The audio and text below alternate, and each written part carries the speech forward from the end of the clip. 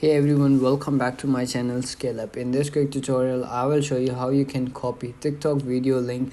If you wanna copy your TikTok video link, it's gonna be like easy. And if you wanna copy another video link, like the another people link, so you can do it as well. So open up your TikTok app and search for the video that you're gonna copy the link of that video. So you have to simply do is click on this share icon, and then you will see the second three menus over here. Like the first one is shared, and the second one is like copy, or like you can share with WhatsApp status, or like Snapchat, Instagram, SMS as well.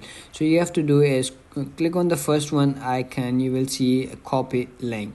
Click on that, and then you can see over here the link is copied, and then you have to simply do is go and paste there where you wanna paste this link, or like send your friends this video by the link. You can simply go there, go to your chat box and paste there and send it to your friend, and that's it. That's how you can do it. If you found this video helpful, don't forget to like my video, subscribe my channel Scale Up, and also drop me a comment for more tips and tricks videos. Thanks for watching. See you in the next video. Have a nice day. Bye bye.